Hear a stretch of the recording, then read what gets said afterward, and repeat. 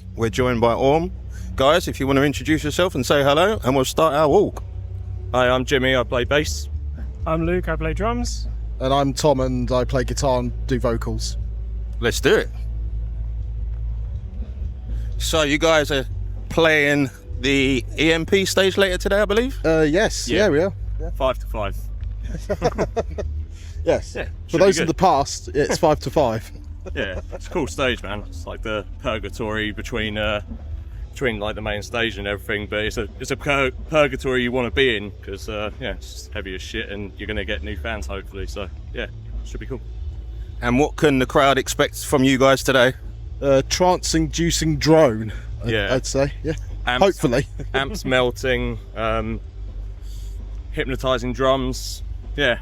Should hopefully a lot of people will get a bit lost and experience something different. Hopefully there'll be a pit, but not a massive circle pit, just a pit 6 feet deep and can bury themselves in. And you guys, your music's a little bit different. Do you want to go in a bit more about your style of music? Yeah, just a little bit, yeah. So it's drone metal, so we jokingly like to say it's like one note for half an hour, but there's a lot more nuance to it. So we do add in like some riffing that you have to sort of have a lot of patience to like go through the set, and then you're rewarded with a big riff at the end. Yeah, it's kind of like, I don't want to sound cliche, it's almost kind of like ritualistic, like the amps are constantly kind of feedback in and it goes on and it progresses, and you know, it's the culmination is kind of the riff at the end. Do you want to add anything, Luke? Yeah, it's like a journey. You get to where we get to at the end, and we feel you feel like, how did we get here? But we did. Yeah. And speaking of journeys and how did we get here, what was your journey to Bloodstock like? The musical journey that is, not like how did you get here by car or anything?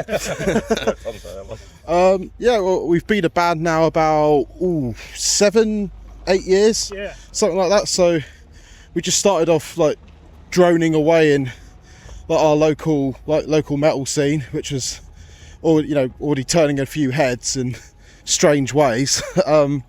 And just kept doing what we're doing really. And in terms of Bloodstock, it was, we'd apply every year just on the off chance, never ever thinking that Bloodstock would have a drone metal band, and now here we are, which we still can't believe really. But yeah, so yeah, it's been a while, but we've done some cool stuff in our time. Like, we got to play Desert Fest last year, and we've supported Acid Mother's Temple a couple of times. So it's been a good journey so far, and to end up at Bloodstock is just another big cherry on top of a massive cake of riffs. Pardon the metaphor. I think Tom summed it up really. There's been, played some like eclectic gigs as well. We played like in Hertfordshire Woods, like was that 2 years ago, where we last all played together and stuff, and we played with our one of our good friends, Dawn Terry, of a band called Bong from Newcastle, who big inspiration to us. Probably the biggest influence on our band, really. Probably the biggest influence on our band in terms of like the drone metal and stuff. So yeah, I know. And have you guys been good friends for a long time, or did you meet through the band, or was you friend before the band, or? Me and Luke met at university. Yeah. And I've been in a band or two with Jimmy beforehand, so we just decided to combine really one day. Yeah, so like I was in a band called Everest Queen, and Tom joined, and then my wife and I had our second child, and it was just going to be kind of too much trying to do two at once, and as much as I kind of missed Everest Queen, there was a lot of kind of offers coming up all the time, and I didn't really feel like holding it. I didn't want to be the one that was holding it back of them doing really cool stuff, so I stepped aside. And with Orme, it's just very much like kind of select, not sound like pretentious, but it's kind of been like we don't get offered as many gigs, but we do the gigs that we kind of really want to. It's just kind of, I don't know, it seems to fall in place and stuff. So yeah, it's been good and that.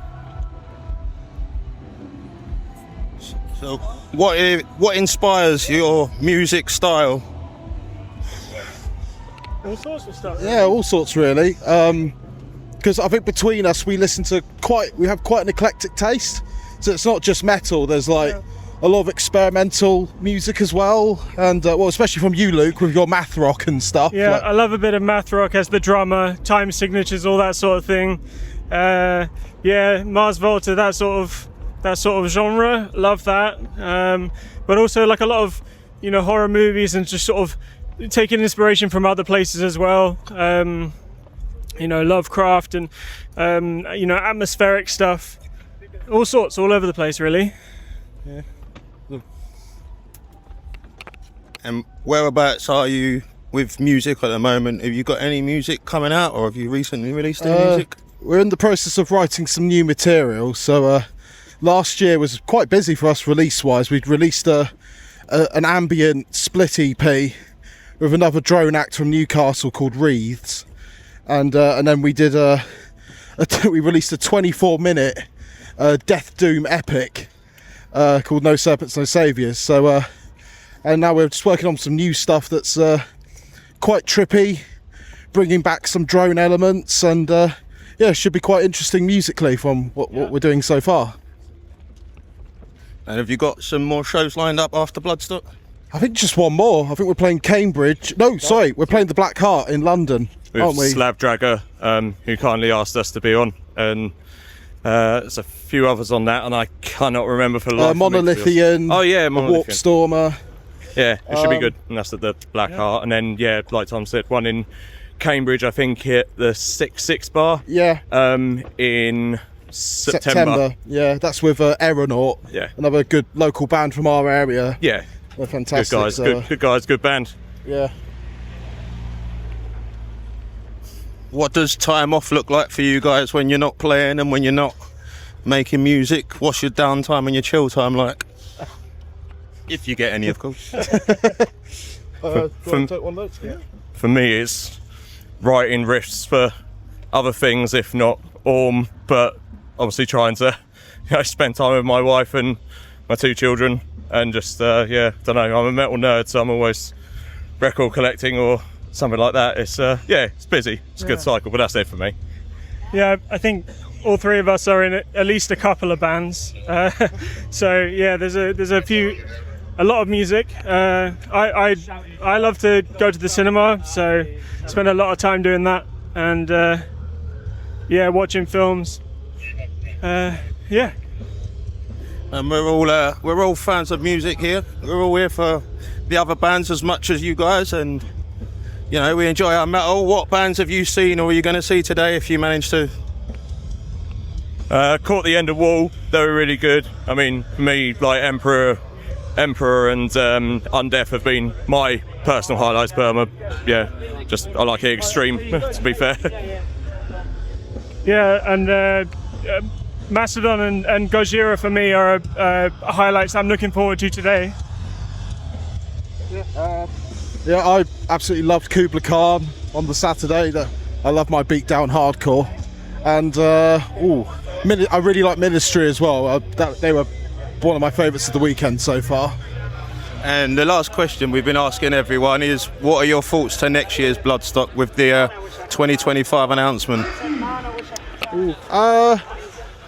Bit of a mixed bag. I mean, there's obviously some bands I would like to see. I like the Hell. I'm a huge fan of the Hell, so that'd be one I would want to see. Trying to remember who else was announced. For me, it was like Death Angel. I think Cryptopsy had been announced as well, so that would be cool if they wanted to pull out a None So Vile kind of exclusive. I'm really struggling to remember who's on it, but I'm not a big slaughter. Oh, Judas Priest, Lamb of God are cool. Yeah. Like, I'm not a massive fan. It's a bit too. Bit too core for you. Yeah, a bit too genty. Like, a bit too earpiecey. What? I have no comment. There you go. Elusive from Luke. Well, brilliant. Thank you guys very much. This is Orme and Metal Talk signing out. Thank you. Thank you, man. Cheers, man.